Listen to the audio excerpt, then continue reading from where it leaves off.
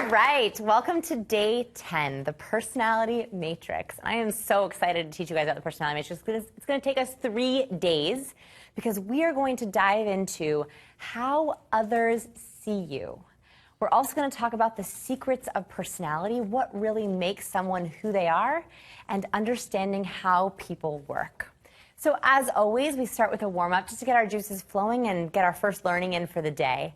And today I'm asking you the question, what TV, movie, or book character is most similar to you? And by similar, I mean pick 3 shared traits or goals. And notice I didn't say what character do you aspire to be. I want you to think about what character best embodies you. So at home, I want you to write about that character in your book and list the 3 traits in your workbook. And I know a couple people in the audience have been thinking about the answers. Lee, do you have a little answer on who you think is most similar to you and why? Yes, I do. I think I am very similar to Bridget Jones from Bridget Jones' Diary. Yes, yes. I read her book, read the book first and then watched the movie.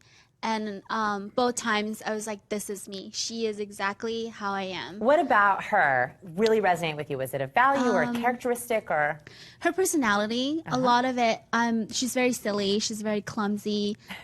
There's a lot of awkwardness about her, but yet she's still lovable and interesting. Endearing. Exactly. Yeah, I love it. Also, she is awkward, but she also has these moments of bravery that she'll do something out of her character to do. So that's also similar. So with this exercise, I just learned a lot about you, right? So this is a great conversation starter. First of all, I do not think you're awkward or clumsy, but I love that you say that she has these moments of bravery where she sort of steps up and tries something out of her comfort zone, and I love that. I want to try to get you to do more of those moments. You've already been stepping up, so I love it. Michael, you have maybe had a character in mind. Yeah, it's a bit corny, but Michael Knight from the original Knight Rider. Yeah, yeah. And what about him resonates with you? I always try to help people, even when it gets me in trouble sometimes. Yeah. I try to be brave, which is the same he does. And he's just so sociable, which is something I look up to and which I also try to be. Yeah, I love that. And there's no such thing as corny. There's no such thing as cheesy. Okay. I love it. So the reason why I start with this warm-up today is because this is a value solicitation exercise. What I mean by that is if I ask you, what's your personality? What are your traits and characteristics? You look at me and you're like, what? I don't even know where to begin. I don't know how to answer that. But if I ask you to pick someone who's similar to you, a character that you relate to, it's a hard question, but we can answer it. We can think of who do we resonate with, who do we relate to, and it helps us start to explore who we are in our own personalities. And that's exactly what we're going to be talking about today. So it's just getting that creative juices flowing to figure out who you are and what makes you tick. So we are in bonding. So we have learned our first impression through intention, triggering dopamine, the power of a captivating story, and confidence. We learned how to make emotional deposits, how to exchange with someone, with harnessing our curiosity, the art of listening, being non-verbally attuned, and the art of surprise. We also learned how to dig a little bit deeper, how to frack into people's emotional wells with vulnerability and how you have to be the highlight. And today we're talking about bonding, which is all about personality. So one of the things, the science behind personality, is something that we are fighting. We are fighting something that our brain does called lensing. Now, typically in this course, I'm talking about how to use our brain, right? I'm highlighting parts of your brain that we don't think about. This is one of the few areas in the entire course that I'm talking to you about something that our brain does that doesn't always serve us. It's a leftover from the evolutionary caveman days. And in today's society, it doesn't always help us. And it's called lensing. So Daniel Levin and Daniel Simons from Cornell University coined this term. And let me explain the experiment before I explain the theory. So here's what they did. They wanted to see if our brains notice everything that's around us. So they hired actors who were dressed like construction workers, and they had them go onto campus, onto Cornell, and ask students for directions. Now, one construction worker would find a student, and he would say, hey, do you know where Brown Hall is? And the student would say, yeah, I think it's down there, take the left. While they were talking, 2 other construction workers carrying a door walked between them, so they momentarily couldn't see each other. And 2 of the construction workers switched places. So what happened was, after the door left, the student was left talking with a totally different person who carried on the conversation as if nothing had happened. Does that make sense? So the construction workers come and the student's like, I think it's over there. And they turn back and it's a completely different person. But on average, when they ran this, only 7 out of 15 people noticed it was a completely different person. Imagine what this would be like, right? Someone comes up to you, you look right at them, you turn away for a second, and you turn back. Do you think that you would notice it was a different person? Most of us, 100% of us, in fact, say we would indeed notice if that person was different.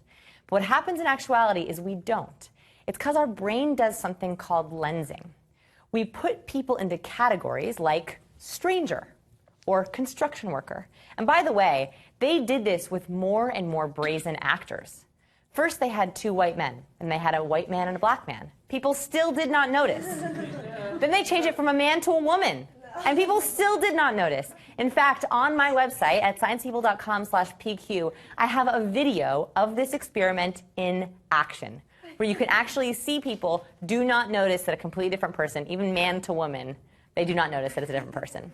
Yes, so our brain does this because there's so many things our brain has to do. It has to keep track of the environment, has to see if we're safe, it's thinking about what we have to do next, what we had for breakfast, that we actually take these mental snapshots where we don't truly see the person who's in front of us. And this happens all the time. We're with people and we think that we're seeing them, but actually what we engage in is wishful seeing. So we learned about wishful hearing, or we hear what we want to hear. We also engage in wishful seeing. We don't truly see the person who's in front of us. So today is all about stopping lensing and making sure we are genuinely seeing the person who's in front of us, that we're not assuming what we see, that we tap into their real emotional needs. MIT Media Lab has found conclusively we also don't know how we come across. So not only do we have trouble seeing who someone really is, we also don't know how people see us. So I have an exercise that I want us to do to help us figure this out. In your workbook, I have a chart for you. And in this chart, I've split it up into 3 different columns. I have the real column. This is who you really are. Then I have the projected column. This is what you project out into the world. It could be the same, it could be different. And then I have how you think you are perceived. So how you think people perceive you. Now, the goal of this course is to make these congruent, is to make them all the same. So that you are warm, really, you project warmth, and you're perceived as warm.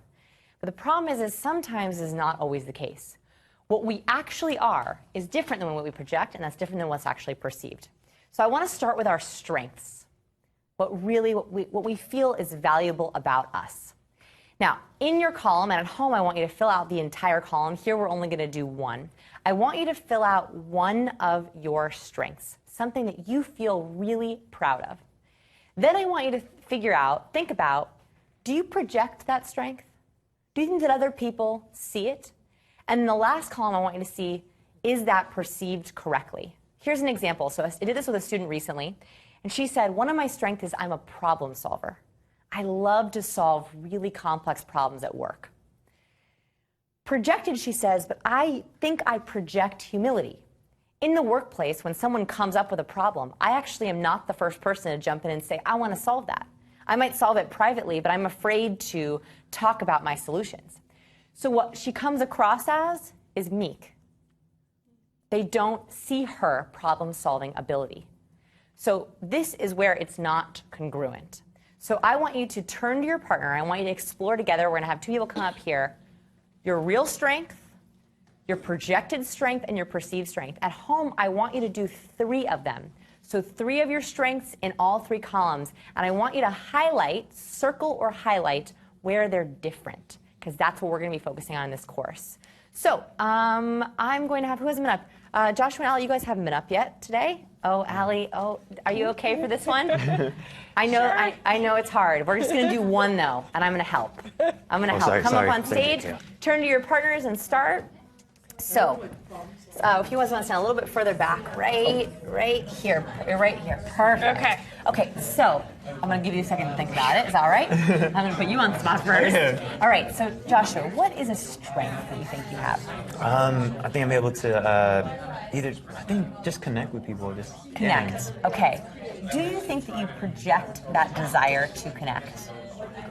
I'm not 100% sure, but Yeah? I think I do. Yeah. I think you do. Do people perceive that connection? What do you think they perceive when they first meet you?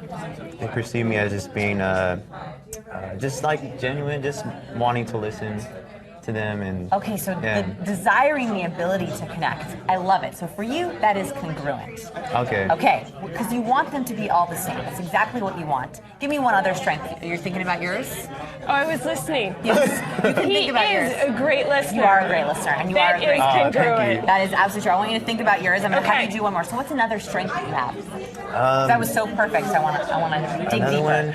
I guess I love giving advice, and I think I give really good advice when Okay. people need it. All right. So you're a supporter. I love it. Do you think that you project that to people? Oh, definitely. Yeah. I make sure if they need it and if they want it, I give it to them. Love it. And Yeah. how do they perceive that? When someone in your life needs support, do they come to you? Yeah. I think I actually absolutely agree that they do. So I want you to even heighten that up. Okay. That you have congruence across them. That means that you show your real self is who you project and what you're perceived as. So I want you Okay. to encourage your friends when they come and they ask you for support, or they come and they want to connect.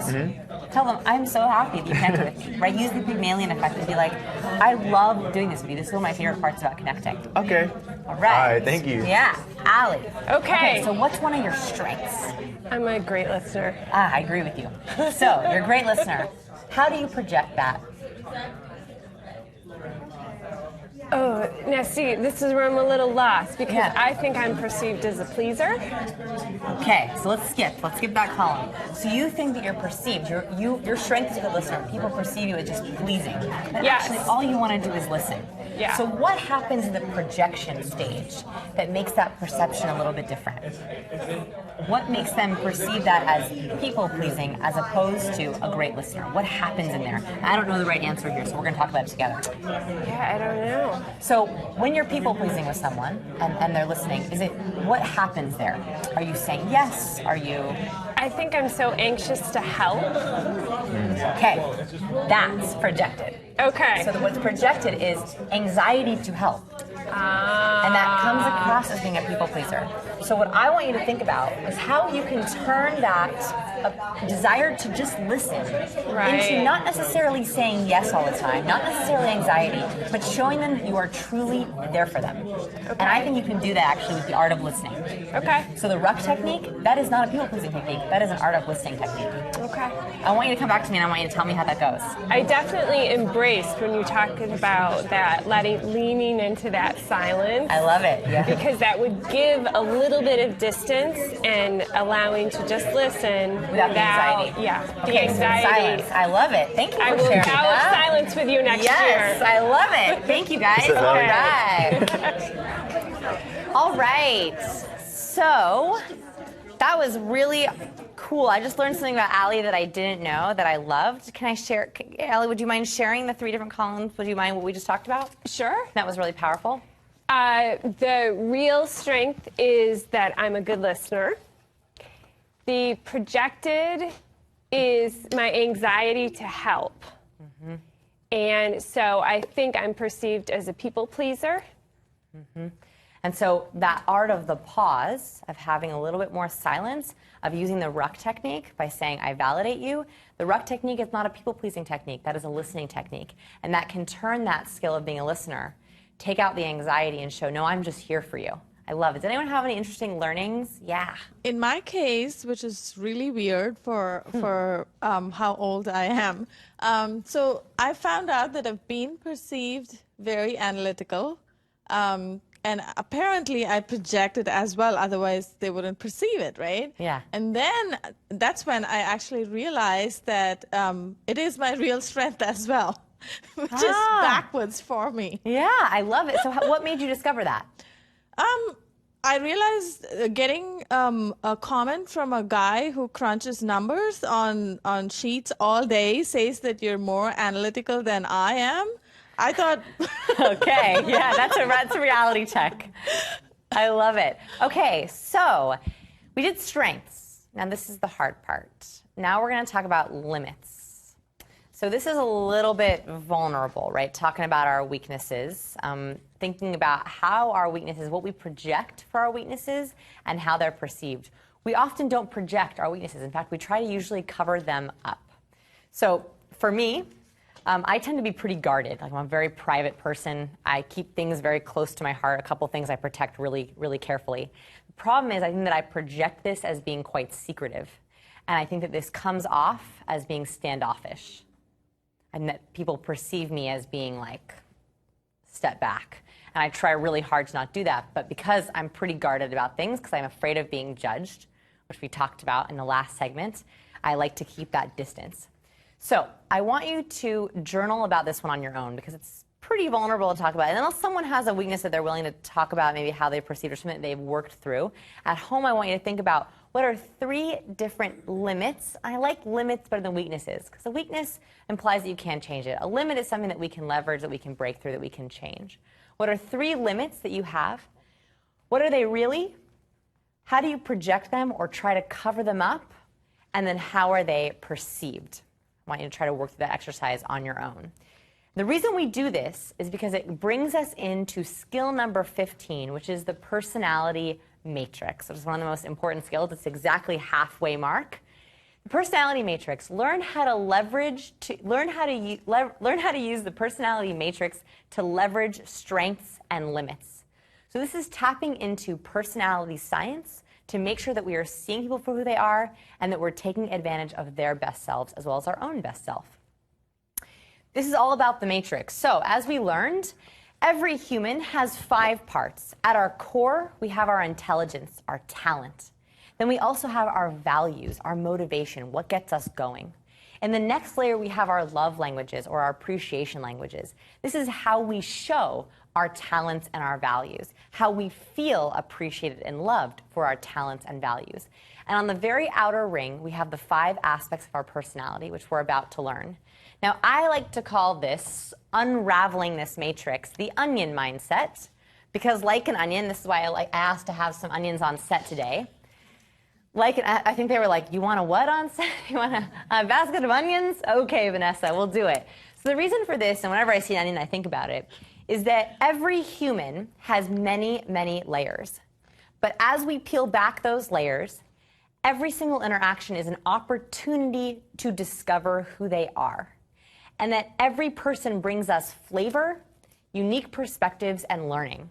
That as we unwrap each layer, as we get deeper and deeper, there's a wonderfulness that comes to it. I don't know if you love onions, but I love onions. There's a great complexity and flavor that we discover as we peel back those layers. So I'm going to be keeping them on set so we can remember that we're just peeling back those layers and getting deeper and deeper. So let's talk about the 5-factor model. So the 5-factor model is very, oh yeah, go ahead. Sorry, I'm kind of a little backtracking. Sure, of course. So you were talking about strengths and limits. And so my question is, so what happens if a strength is also your weakness? For example, in my case, I'm extremely analytical and critical in terms of improving stuff around me, and because of that, I'm really good at my job. Right. But I suck Yeah. in personal relationships because I have to work really hard. So that is your intelligence, right? Part of your intelligence is being analytical and logical. Do you know, did you confirm that? Yes, that is your intelligence, which I love. But in interpersonal skills, the interpersonal intelligence doesn't always work. So the way to optimize that is actually by learning how to read personality. Because you are so analytical, today I'm giving you a formula to use for people. So I actually want you to take that analytical part of your brain and apply it to people, which is not you. People don't usually think that they're together, but I actually want to show that they're actually together.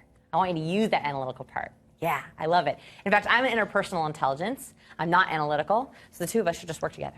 Right? I like it. Okay, we'll conquer the world. Okay, so the 5 factors, and thank you for asking that clarification. We're going to talk a lot more about strengths and limits as well in the next few days, especially in segment 13, where we're talking about conquering your fears. So we're going to really dive deep into that. So the 5-factor model is a way that researchers have found to reliably analyze personality. So this has taken decades of research. It is now confirmed as one of the best ways to analyze personality, and it's called the 5-factor model. Another word for it is the Big Five, our Big Five personality traits. And here are the 5: extroversion, conscientiousness, agreeableness, openness, and neuroticism. So what we're going to do today is we're going to explore our own personalities, because tomorrow we're going to talk about other people's personalities. Yeah. So let me give you a couple nerdy science, a little bit of nerdy science for a little bit. For my geeks, the 5-factor model has a coefficient alpha statistic of 0.90, which is crazy reliable. Like, if I had to translate that, I mean, it is so rare to get science that is that reliable, and that is because they've honed this research over decades. And they can repeat it, make it valid across career types, preference, and performance, meaning they can look at your career type, your performance, and your preferences and accurately guess your personality types. That's how reliable personality types are. It also has global applicability. The Big Five works across cultures, works across genders, works across races, works across religious, cultural, and linguistic barriers. It doesn't matter what language you're speaking or what country you're in, the 5 personality traits are the same. Let me explain where this comes from. A lot of people ask me, is personality nature or nurture? Right? Like, where does personality come from? So research estimates that 35 to 50% of our personality is from DNA. And let me show you a really cool way, or at least cool in my nerdy mind. When I read this study, I was like, mind blown, amazing. Because they found that they can actually measure different parts of the brain and guess your personality type. That means if we had someone's brain from even decades ago, we could measure different areas and predict how neurotic they were, how extroverted they were, how agreeable they were. So just a couple of examples. Please do not write this down. This is like crazy, but people who are highly extroverted tend to have more activity in the prefrontal cortex. People who are conscientious have a higher volume in their frontal gyrus. So volume and activity actually changes based on our personality type. So just looking at someone's brain, we can predict what kind of personalities they have. Let's talk about the nurture side. So twin studies suggest that both genetics and environmental forces influence all 5 factors.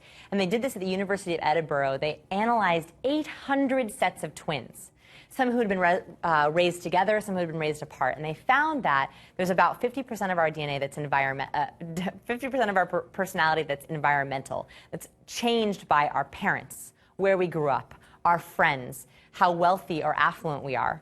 That all affects our personality types. Now, before we get into the Big Five, I want to talk about categories and how they are not stereotypes. Categories, in fact, do the opposite. By looking at people's individual personality traits, we don't put them into categories because we stop doing wishful seeing. We see them from who they actually are by saying, wow, this person requires this. The categories help us understand ourselves. They help us respect other people's boundaries. Like, if we meet someone who is more of an introvert, I'm able to say, you know what? Okay, I want to respect their boundaries. I want to communicate on their level. And it helps us encourage authenticity because we're getting down to what we really are. We're not sitting in the iceberg illusion. We're at the very top of the iceberg. We're going below the surface. We're taking in all of their iceberg and not just the top 1/10. On these personality traits, there's a spectrum. So for each personality trait, you are going to fall somewhere on the spectrum. You can either fall low, high, or neutral, which means you have kind of a balance of both. So what I'm going to do throughout this is I'm going to explain a personality type. And as I'm talking, I'm sure you're going to think, that sounds like me, or that is not me. And what I want you to do is I'm going to ask you, does anyone think that they're high on this personality type? High is thumbs up. If you're not sure or you think that you're neutral, you can give me just a fist. And if you think you're low on the personality trait, you can give me a thumbs down. The only thing I don't like about this is that thumbs down or thumbs up, there is no good or bad, okay? There is no right or wrong on the personality trait, but it's the easiest way that I can see kind of where we fall. At home, you are lucky. You get to fill out in your workbook a complete chart of your personality traits. Now, we're going to start with guessing. Just what feels right to us. At the end of today, I'm going to have you confirm your personality with an official test. It's called the 44-factor test. You're going to take it, and you're going to know exactly how right or wrong you were on your guesses, which is also kind of a fun activity to see how well you know yourself. Are you guys ready? All right. Extroversion is the first one. So people who are high in extroversion, they tend to be outgoing, assertive, sociable, and talkative. They always seek out the company of people. They love being around people. And what they appreciate most is enthusiasm. They tend to be very optimistic, and they love to celebrate, to have that camaraderie with people. People who are lower in extroversion tend to be more shy, more reserved. They are private. They hold things close. They are more inhibited. What they seek, what they love is space and quiet. What they appreciate is solitude. So who feels like they're high on this guy? Who feels like they're low? I see some lows. Anyone not sure or feel like they fall in the middle? All right, at home, I want you to write down your answers in your chart. So who's high again? So tell me about that. Ariana, yeah.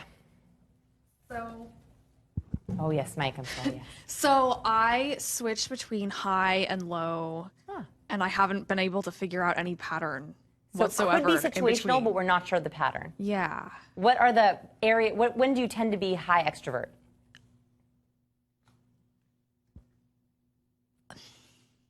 I'm not sure because sometimes, like, there are certain events, like parties, for example, where if I'm high extroversion, I have a blast. And if I'm low extroversion, I hate it, and it's like a survive place. Oof. Okay, so we are going to talk about that in optimizing tomorrow. So I want you to think about that because I want to dive into that of why certain times it works for you and sometimes it doesn't work and it flips you. How about some low? I had some low hands. So tell me about what that was. Terry, did you have low? Tell me about that. That's me. I mean, everything listed there. Shy, reserved, private, inhibited, that's space, my and quiet day. solitude. This is you. Yeah. Okay. Totally. 100% you. Yeah. All right. So at home, I want you to fill out your chart. What we're going to do, if you want to get ahead, you can also fill out a matrix for your intimate. So the person that you're closest with, I want you to not only fill out your chart, but I want you to fill out their chart as well. Yeah, Maggie. I have a question about this one Sure. because I find that I'm not always the most outgoing, assertive, sociable, talkative, but I love people, even if I'm like the quiet one in the group. Like that energizes me. Would Yeah. that make So you fall in the middle, which is very similar to Okay. me. In certain groups, I'm super extrovert. Other times, I totally shut down. That is the perfect example of right in the middle, right? That you seek people, but you're not always here. Sometimes you're more here. That's perfectly balanced, yeah. Why is this helpful to know about yourself? Why is it good to know what you seek and what you appreciate, what your personality types are? Van, how about you? It makes you feel like you do kind of belong to a certain, I don't know, group of people, that there are other people out there that are like you, and you're not so isolated from the world. Cool. Okay, that was an answer I hadn't actually heard before. I love that you're not alone. If you're inhibited or reserved, or you're like, oh God, I just want to be around people, there are other people like you, and that is totally a normal part of the personality spectrum. I love it. I want to give some interesting science on high extroversion. I read this study and I was like, this gave me an insight into myself and to other extroverts in my life, so I wanted to share it. Forgive me, it's a little bit sciencey, but I'm gonna try to make it really applicable. Here's what they found. They found that people who are high extroverts carry a special form of a certain gene. They carry a long form of the gene DRD4. What does this mean? Why do they have different genetics? This gene makes it so that we have higher risk for reward. So people who are high extrovert, one of the reasons they might be high extrovert is because they carry a gene that when they seek something new, when they go into a new group of people, when they skydive, they actually feel a greater boost of dopamine in the brain. So they experience and feel positive emotions more strongly. That could be, they think, one of the reasons why they're extroverts is because they seek people, they seek new experiences because they feel it more pleasurably. Where people who don't carry a longer version of the gene, it's not worth it. They're like, why would I go to a party? It's not going to give me that much pleasure. Whereas an extrovert is like, ooh, I could get a dopamine burst. I could get my crack. I could get it, right? That could be the explanation. That really helped me understand some of the very high extroverts in my life. When they're like, let's go to another party. Let's nightclub all night. Let's go to a rave. And I'm like, a rave? It's my bedtime. Like, are you crazy? It's because they want that positivity. Where I'm like, it could be bad. Right? I might not get that reward, where they're like, the reward is worth it. The risk for the reward is worth it. Interestingly, nomadic tribes tend to carry long forms of DRD4. And that's one of the reasons why they are constantly seeking. They're seeking other groups, they're seeking new places that they like to experience new things. The risk is worth it for them. All right, number 2. The thing to know about conscientiousness is it's very hard to spell. So if I misspell it on any slides, please forgive me. It's a really hard word to spell. Anyway, conscientiousness. So people who are high in conscientiousness, they tend to be efficient, organized, dutiful, and industrious. They get it done. They seek achievement. They love completing things and getting them off their list. And they appreciate self-discipline and focus. I see people laughing. Is this something resonating over here? Yeah. We were just speaking about that. Lee here is, I think, on a very high conscientiousness. Is this all you? Are you like done, done, done, done, done? Yes, I hear you. I am also high conscientiousness, a little too much. Low conscientiousness. So this is spontaneous, easygoing, laid back, flexible. People who are low conscientiousness, they seek go with the flow. We don't need a to-do list. We don't need a schedule. Let's just hang out and talk about it. They appreciate ease. They want everything to be easy. So who thinks they're high? Who thinks they're low? Who thinks they're medium? All right, so my high people. So Lee, we talked about high, just like that's all you. Yes. Are you a to-do list maven? I make spreadsheets about vacation, so it's whoa. I like that kind of like turns me on a little bit. Like I like that. I'm not gonna lie. Alphabetizing gives me a rush, so I totally feel you. Someone who is low, tell me why. Yeah. I like to not commit to things, so there's room for the spontaneity and to figure it out as I go and to be flexible in the moment. Easy. Yes, exactly. And I get it. I intellectually get you, but that terrifies me. Right? I think about it, I'm like, oh my God, that's so frightening. I totally get it. Yeah. I have a question. I feel like in some of these characteristics, there's a lot of judgment between... Yeah. Which ones? Well, in conscientiousness, I feel like between the high conscientious people and the low conscientious people, like there's friction because, there's a perception that one is better than the other as opposed to just two ways of being. So I actually think that you might just be perceiving that. Okay. You might be perceiving that one is better than the other because I think both are pretty great. Well, I do too, but I sometimes feel judged for my need to be... I love it. So now we got to the heart of it, that you feel judged for your personality traits. Yes. So it's not necessarily that these are judging, but that you have felt judged for who you are. So where do you fall on here? I'm going to say I tend toward high where I'm a situational low conscientious. So you're more middle. So where have you felt judged about that? I see nothing wrong with a spreadsheet about vacation. I have a library catalog at home that I keep all my extra supplies alphabetized in, and I feel judged, people think, as opposed to that being easy, you can always find the extra tape. So I hope that in this course, I can encourage us to do exactly what you're talking about, which is accept people for who they are. That if you're easygoing and laid back, I love it. Even though that terrifies me, I love that about you.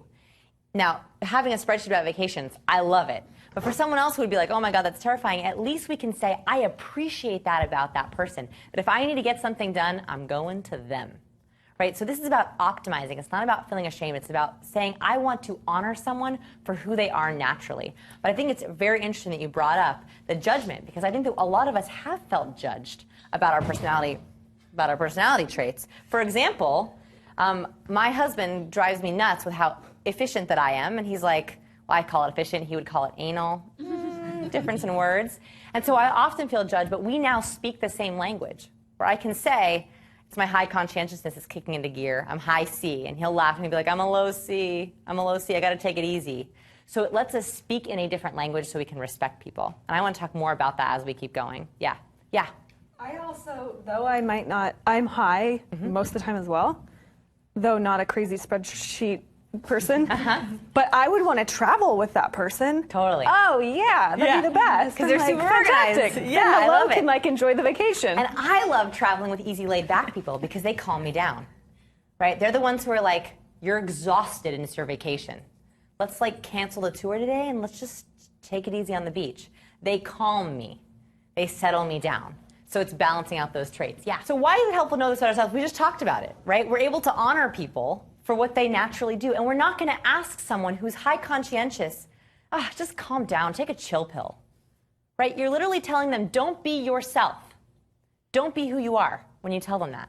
And that is the most disrespectful thing you can do. Yeah. So in so many areas of your life, relationships, friendships, business, it's so helpful to know this about yourself and what you need, because you can hire people or get in relationships with people that complement it. I love it. So, and be able to set boundaries. Yeah. I love it.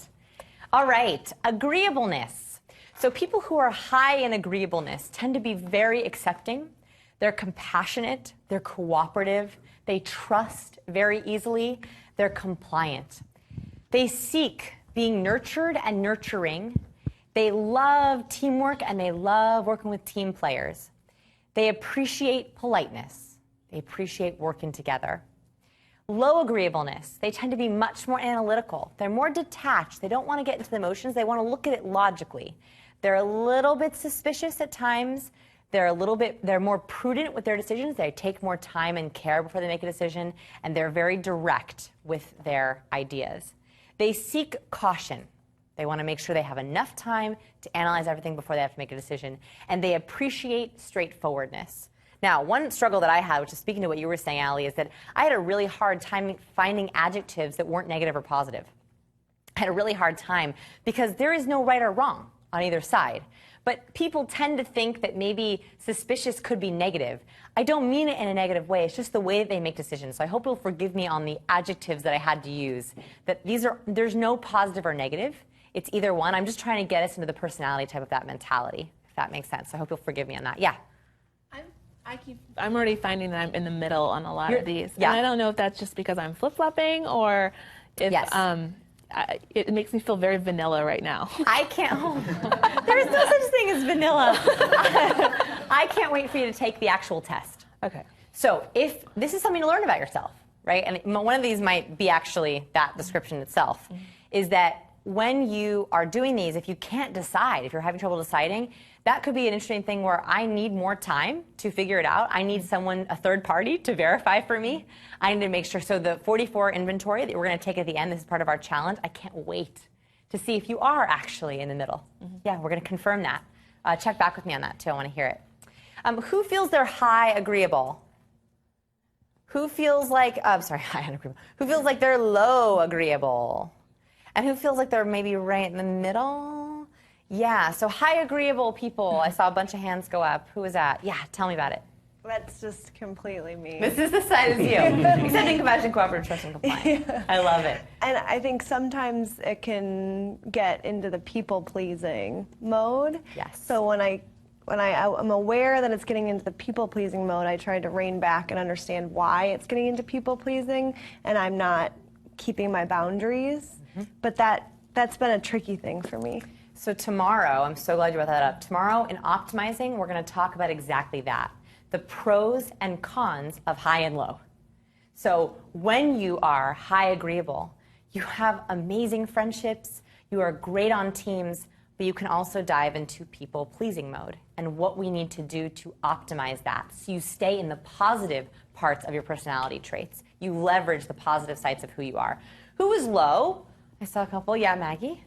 Yeah, I mean, I relate to this one a lot. It's surprising, but I'm very direct. I'm very suspicious when I have to make decisions. It takes me so much research and time and space to figure things out. And I feel like sometimes it works to my benefit to be able to detach from things quickly. Take a step back and look at it. Yeah. But now you know, and this gets into our next slide. Our next slide is how this helps us.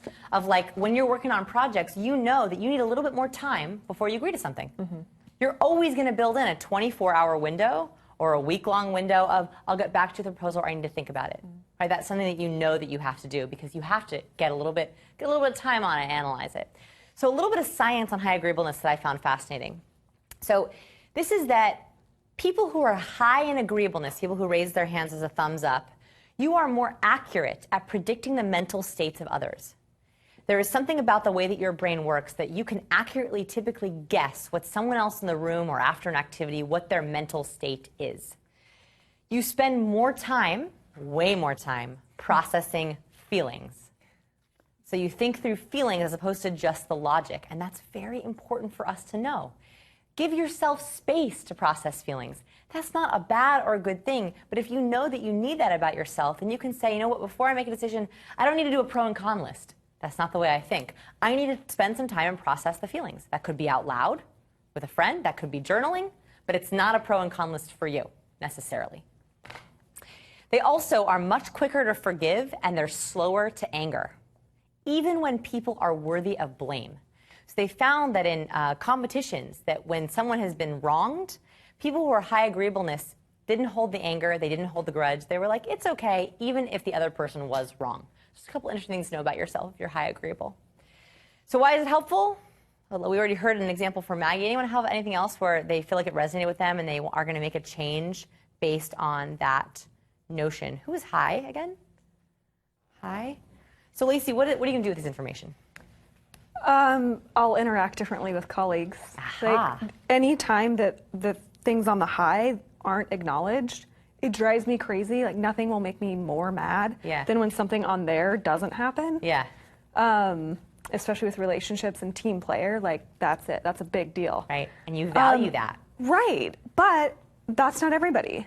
Yeah. So in interacting, instead of jumping to the conclusion, well, they're just not this. They just don't care. Yeah. I'll actually think this time, oh, maybe they're a low in this area. They're low agreeable. It's not that they don't care, they just think a different way. They process relationships a different way. Yeah, absolutely. Neuroticism. So, neuroticism, if you're high in neuroticism, think like Woody Allen, it's a high neurotic, extreme character, okay? So you're very sensitive, you tend to be much more nervous, you're more reactive to situations. You also constantly feel vulnerable. So you often feel like your vulnerabilities are out for the world to see. Because of this, you seek emotional stability. You want to calm yourself, and so you always want to find things that are going to bring down your anxiety and your nerves. You appreciate reliability. That helps take down your nerves because if people are reliable, you know what to expect. People who are low neurotic, they're very secure, they typically have high confidence, high stability, and they typically are very balanced with their emotions. This is the only one, by the way, where there is more of a positive or negative, only because it's very hard to live with a lot of nerves. Now, I am high neurotic, so I know that. It is very, very hard to be worrying all the time, to be very sensitive and reactive. So on the secure, confident, stable balance, they seek camaraderie. They love to be around other people and make sure that they're celebrating together because they have a very secure sense of self. And they appreciate rationality, right? Since they're not emotionally reactive, they like to stay in rationality. A little bit about high neuroticism. This study changed a lot for me about how I view my own neuroticism. I did a lot of self-judging, where I'd be like, I'm a neurotic, shame on you. You should not be neurotic. You should calm down. Don't be so reactive. Don't be so sensitive. I did a lot of self-judging on that. Speaking, Allie, of judgment, I was self-judging myself. When I read this study, it helped me give a little bit more understanding into my own personality. So they found that people who are high neurotics carry long forms of the serotonin transport gene. Let me just go into what that is.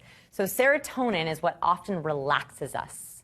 What helps us calm down. It's a happy chemical, but it mostly just keeps us calm.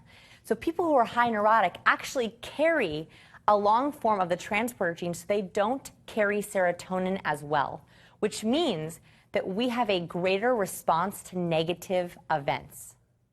When something happens, we get much more anxious and negative because we think of all the possible horrible what-if scenarios that could happen. And this is because we don't have as many transporters to carry that calming, relaxing serotonin. So we tend to experience negative emotions and experiences more strongly.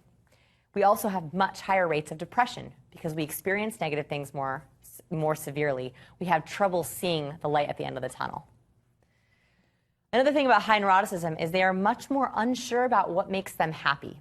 When you talk to high neurotics about their passions, about what makes them happy, that question freaks them out. Because they're like, I don't know what makes me happy. And then they feel freaked out, they don't know what makes them happy, and they get even more upset. and this is across the board, you are not alone. The reason why I share these is because I don't want you to self-judge like I did. When I read this, I was like, there's some science here. I am not the only one who feels this way. This is okay to feel that way. They also have a much more unstable sense of self. So occasionally, and I'd be curious, Van, what happens is that sometimes high neurotics are afraid to fit into one thing, and so they tend to flip-flop and try on things, and they see what feels better. So we'll see if that's the case. So this is a quote from Paul Costa, which is one of the leaders in this experiment, which I had to put on here. And he said, they keep trying on new self-definitions like an insomniac who can't find a comfortable position in bed. So it's an interesting way to think about who we are. Mount Everest climbers rank really low in neuroticism, by the way. They polled, it was the first time they ever did the Big Five personality test for all the climbers who were on Mount Everest base camp. And they found that people who climb it typically are low neurotic because they worry less. They don't think about the negative outcomes as much. They're not worried. They're like, it'll all work out. It'll be fine. I have confidence in myself that I can climb it. So who is high neurotic? Who is low neurotic? Who is not really sure, feels like there might be right in the middle. Okay, so low neurotics, what about that resonated with you? Or were you confused by the high neurotic side? Yeah. For me, it is that sense that it's all going to work out. You know, I always get that feeling when there's some big event or something that happens, and there's a lot of sort of panic. It's like, you know, we survived up to this point. We're going to survive again. We'll be okay. Yeah. Yeah. So I feel really bad for my content producer, Brian, because as a high neurotic, I think of every possible horrible scenario that could happen while we're filming. Right? So every morning I'm like, what if this happens? What if this happens? He'd be like, it'll be fine. It'll be so fine, because he is low neurotic. And so now I can finally speak to him with the same language and say, I'm so sorry, it's my high neuroticism that's going off. I cannot help it. Right? So at least we have the same language, so he knows where I'm coming from. Who was a high neurotic? Yeah, so tell me about that, Joshua. Yeah, so I was a lot of very sensitive, was very unsure about myself, a lot of self-judgment and self-criticism. But after a lot of work on myself, I got to find out why I was like that, and I able to change the way I thought about myself. So it's a lot easier, but I'm like in the between high and neutral. Yes. So I'm like going up the scale. So here's the good news, and I was going to save the really good news for tomorrow, but I'm going to say it now, is that we can optimize and design our personality types. We can move towards an area that we want. And remember, some of it is genetic, but we can work on, by being self-aware, where we want our personality to go. One thing that I work on is being less neurotic, right? And I have ways that I do that. And so tomorrow we're talking about optimizing personality. How if there's something about you that you think you want to work on, that you want to maybe live with less neuroticism, or you want to be, low conscience, whatever it is that you want to be, there's ways to optimize and change that. It's called the free trait theory. So we're going to talk about that tomorrow. So why is it helpful to know this about yourself or your intimate neuroticism? How could this help you in your relationships? How you interact? Yeah. It seems to me, I mean, I have a few folks that I would define as neurotic in my family, and they seek that sort of calm out.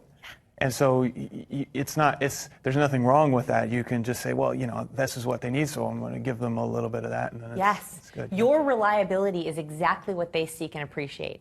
The greatest gift you can give them is that calming mentality, that, yes, I'm your rock. I can be reliable to you, because that helps calm them down. I love that. That's a wonderful way to be supportive. Yeah.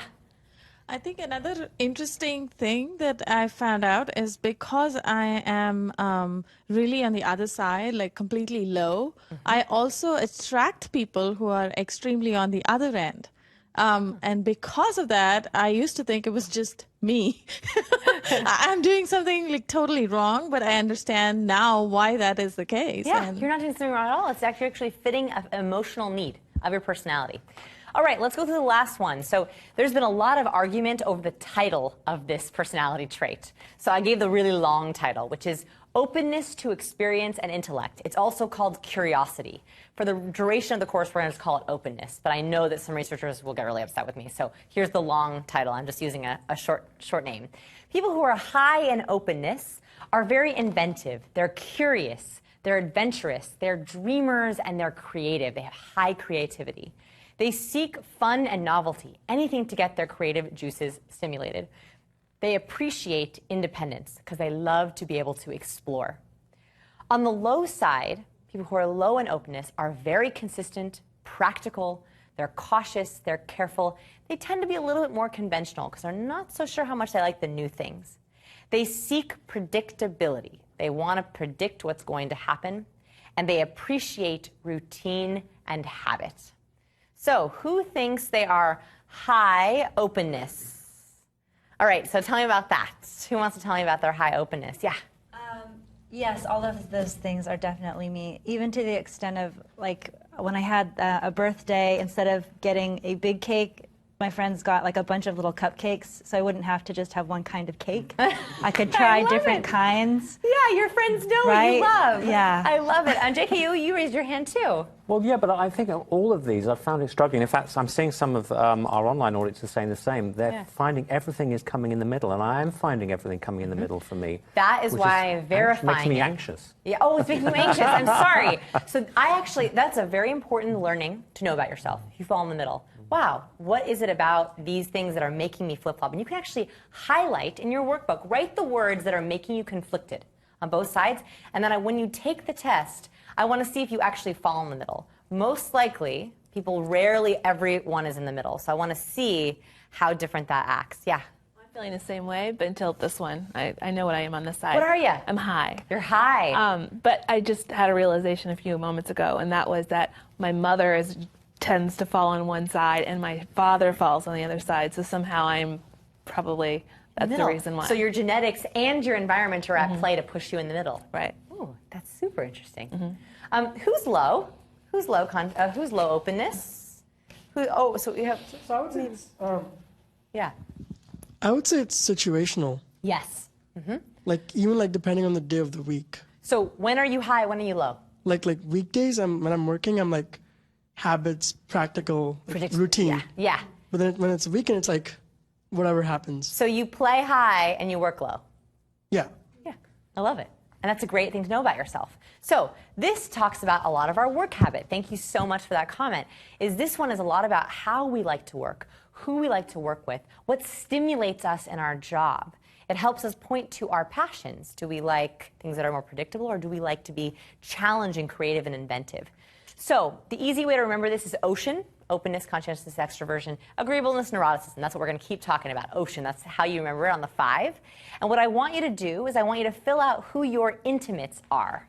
Now we are going to practice with a video. We're going to watch a video, and I want us to guess what his matrix looks like. We're going to slowly start applying these principles to see what we can point out in someone else.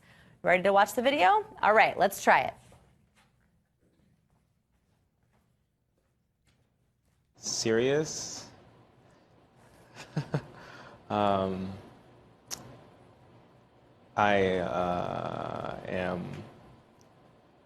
going to hyphenate to myself. I like my solitary time. I don't know the third word, one single word. I like being multifaceted, though. Yeah. I had my ideal Sunday yesterday. So I hung out with my girlfriend for a bit in the morning, and then the rest of the day I had to myself 100%. I worked on some photos. I caught up with a couple of friends, not in person. Did some housework, and had plenty of time at the end of the day to wind down before getting ready for the week mentally. All right, so one of the things we're going to do in this course is you'll learn that after only a couple seconds of answering, you can actually start to see people's personality traits. In fact, the conversation starters, the killer conversation starters I gave you, are unlocking personality questions. They are the questions that are going to help us figure out what someone's personality is so we can help them and communicate on their level. So I made fun of Dana after I saw this video, and I was like, you listed housework on your ideal Sunday. Do you want to come over to my house anytime on Sunday to do housework, right? Because that is on his ideal Sunday. So here are some of the clues. We heard serious, to myself, housework, balance. He actually used the word balance, and mental space. Mental space and girlfriend. So he actually had a couple things. So what do we think? High or low neurotic? High. Yep. What do we think? High or low extrovert? Low. Conscientiousness. What do we think? High, low? We have a high, low, medium. So it's medium. And that's because I think, and we actually verified this with his personality test, that when he talks about the balance, about doing housework, that is a very detail-oriented thing, that he wanted to prepare for the week mentally. It's a very high conscientiousness trait. Can anyone guess his intelligence type just from this little answer? Yeah. I'm sorry. So openness is not intelligence type. Intelligence type is the inner core, so the 9 different intelligence types. So from those little answers, could you guess, is he interpersonal, intrapersonal, creative, visual, any just gut answers? What do you think his intelligence is from that answer? 'Cause absolutely. Just from that one little segment, those are 2 really quick questions, we can read 3 different parts of his personality, and we can guess accurately his intelligence type. And these are all what he actually tested on. We gave him an intelligence test, we gave him a personality test, and this is where he falls. So I wanted to start introducing to you that when we're talking to people, we can actually decode their personality type. Yeah. How do you prevent yourself from getting overwhelmed? Because when I'm talking to someone, I'm looking at body language, I'm thinking, how much eye contact should I have? Sure. I'm now thinking about the personality type. I'm exploding. I know, I'm going to explode your brain. Here's the good news, and we're going to learn this in a few segments, but our brain is a muscle, right? So at first, picking up 5 pounds is like, okay. Then you pick up 20 pounds, you're like, oh my God, this is so heavy. And you pick up 60 pounds, you're like, I can't even lift it. I can't even do it. But after a bunch of reps of shorter weights, by the end, you can pick up 60 pounds because you've built a bigger muscle. We are building your brain muscles to be able to handle all of it. Now, of course, you don't have to handle all of it at once. In fact, we're going to talk about how you can do them one at a time. But you actually can build those muscles. That's what we're doing by watching all these videos, to make it easier and easier and easier, so your brain can handle all of it at once. Yeah. All right, let's try one more. So this is Brian, and let's try to gauge his matrix. At home, I want you to fill out what you think his matrix looks like, and then we're going to do it together.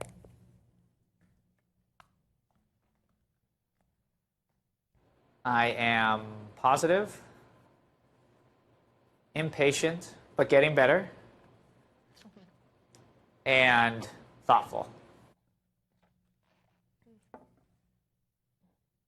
If I had to pick someone, a character that's most similar to me, a well-known character, I guess it would be Jeff Probst from Survivor. I don't know what about that guy, but like I see myself on him. He's really into the adventure stuff. He can tend to overdo things to make it a little bit dramatic, just to sensationalize the entertainment value. And when I see him in interviews too, he's really thoughtful about the people he's talking to. All right. So, what do we think? Openness, high, low, high or low? High. Yeah, absolutely. Talked about adventure, Jeff Probst, right? That's something he really admires. And so, positive, thoughtful, improved impression, and Jeff Probst are our clues. So, high openness, absolutely. What do you think about neuroticism? Low? Neutral. Very, very good. What were the clues there? How did you know that? I heard medium. What about that did you know? The impatience, I think. Impatience, but getting better, right? So he recognizes about himself and he's trying to fix it. I love it. You guys caught that. Oh, I gave it away. He's a high extrovert. And why do we know that? Help me out. He seeks people. Seeks people. He loves the drama, right? He talks about, he does it just for the drama. Intelligence type. I think we could get his intelligence type from this little interview. It's hard, but anyone want to take a stab at what they think it is? Intelligence type? I'll give you the clue that tipped you off. Positive and thoughtful. Guess. Yes, Hashit, yes. Interpersonal? It's intrapersonal. Interpersonal is his second.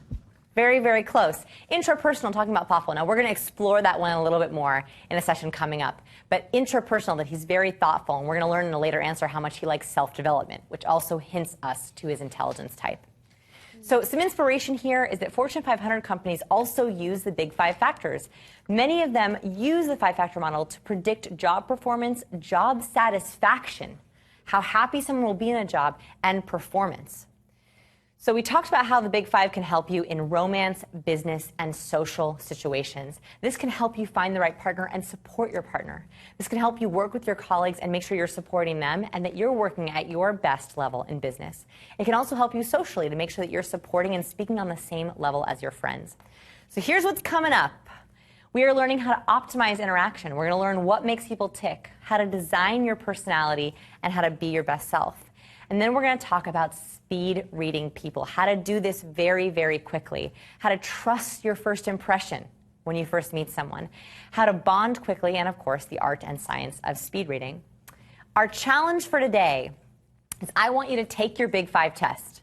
I want you to confirm your thoughts. Before you take the test, at home, make sure that you write what you think you are so you can confirm to see how accurate you were. I also want you to guess your intimates. What do you think they are? Where do you think they fall? You can even have them take the test and you can talk about their answers together. Lastly, you can confirm your Big Five. And in your workbook, I have a couple of ideas about how you can confirm it. Here's what I mean. We sometimes have a little bit of self-deception where we hope that we're low neurotic, but maybe we're not so low neurotic. So one way, if you feel brave enough, you can confirm your personality, is you can have someone else take the test as you. So I had my husband, my best friend, and my employee take the test as me to verify my answers. It was a very interesting learning experience. If that seems like a little scary, I also have an email that you can send drafted in your workbook, a script you can send out of strengths and weaknesses that you can ask your friends to pick out for you, which is a much shortened version of the test to confirm your personality types. So let's talk about what the most important thing you learned today was. Real quick, I want to hear your answers on Twitter, @VivanEdwards, using the hashtag PeopleSkills, because I want to give a prize. Those of you who do it for all 30 days, I will be gifting out dating and entrepreneur courses to the best answers. So let's hear from you guys. Yeah, Lacey. I tend to judge myself a lot and feel like I have to be a certain way to people. And it's nice to know that it just is. Like, I'm high, low, in between, and it just is. We love you the way you are, and you love yourself the way you are. Right. Yeah. Yeah. And then I judge less as well. Yeah. Yeah, Allie. Building off what Lacey said, and the idea you suggested of leaning into that and just saying, oh, that's just my high neuroticism. It's okay. Yeah. Do this, I'll be calm, everyone will be happy. I love it. So we're going to talk about that exact attitude, harness it, bring it back when we're talking about reframing your fears in segment 13. Yeah, I saw one other hand up here. Yeah.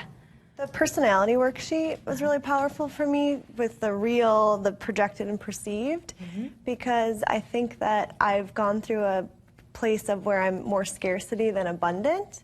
And so where I used to be perceived as something that I liked, I've been protecting myself, and now I realize that I'm being perceived as something different. So that is really going to change the way I interact with people. So I hope that I can challenge you to revisit this exercise every few months. You know, check in on your personality and see, am I projecting who I really am? How am I being perceived? Keep refilling that chart out and look at your previous answers. It's a great way to do self-reflection exercises. You can pull out this workbook anytime you want.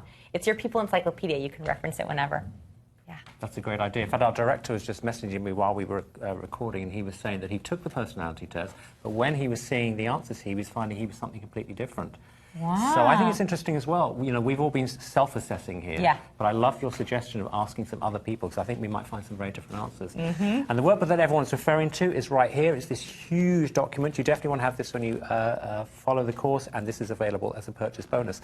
But we've got a lot more to come. Thank you for being with us today. We'll see you back same time, same place tomorrow. We'll see you then. Woo.